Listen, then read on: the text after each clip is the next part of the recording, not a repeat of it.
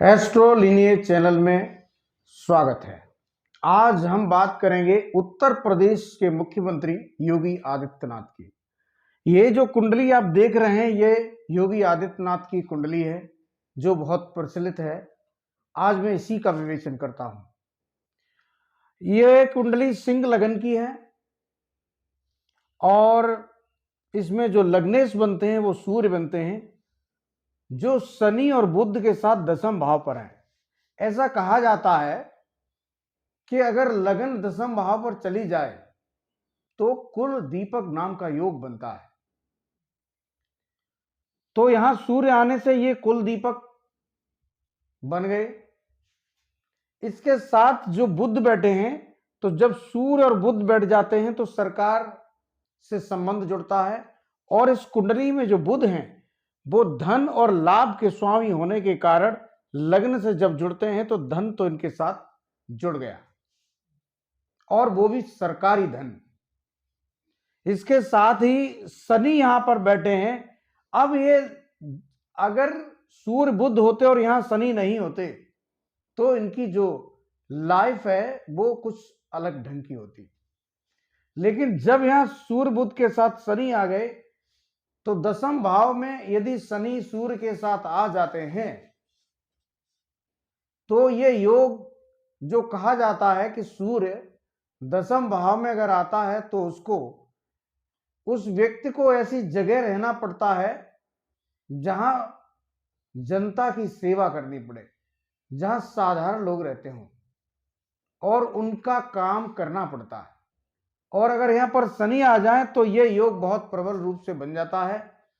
दूसरा, शनि सन्यासी होने के कारक होते हैं। शनि ही है जो सन्यासी बनाते हैं। तो सूर्य बुध और शनि की ये जो योग है, इन्होंने ही इसी योग ने इनको सन्यासी बनाया है। और बुध बचपन का, कहते हैं कि नौजवान का कारक होता है।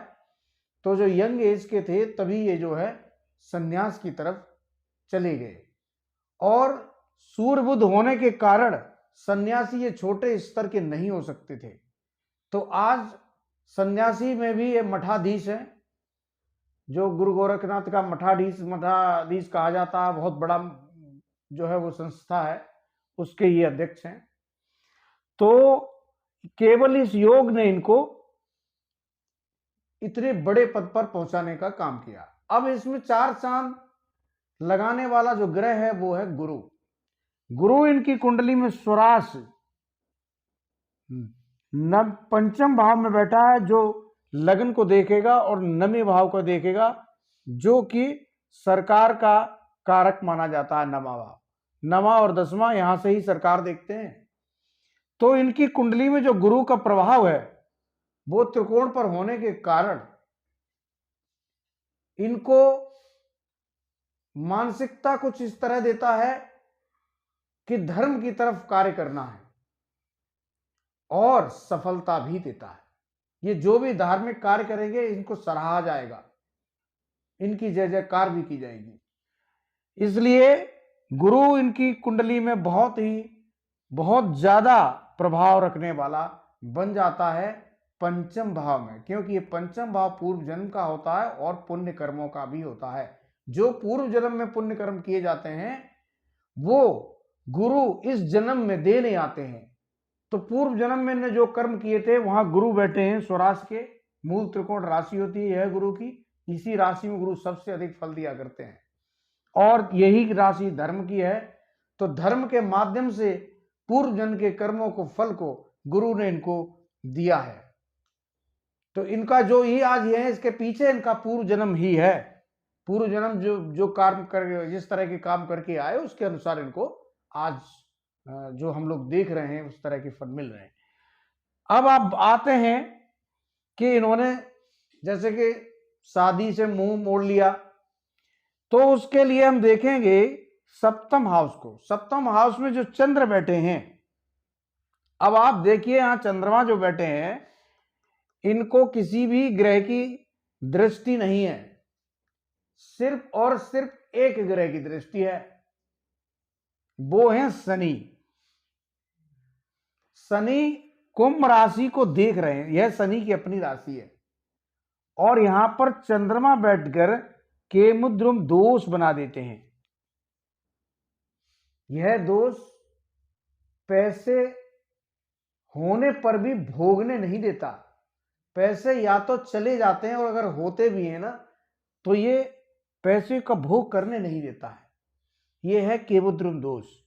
और शनि, क्योंकि शनि जो है वो संन्यास के कारक माने जाते हैं, चंद्रमा यहां विराजमान है, तो इसलिए ये जो कुंभ राशि है, यही कारण है इनका सन्यासी में जाने का।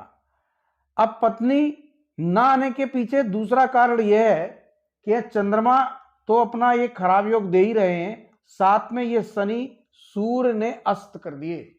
तो जब सूर्य शनि को अस्त कर दिया, शनि वैसे ही ज्यादा शादी ब्याह का कारक नहीं है, तो यहां पर शनि अस्त होने के कारण पत्नी अस्त हो गई, तो पत्नी आना संभव नहीं हुआ। दूसरा काम गुरु ने पूरा कर दिया, गुरु ने लग्न को देख लिया, इसलिए अब शादी की कोई संभावना नहीं।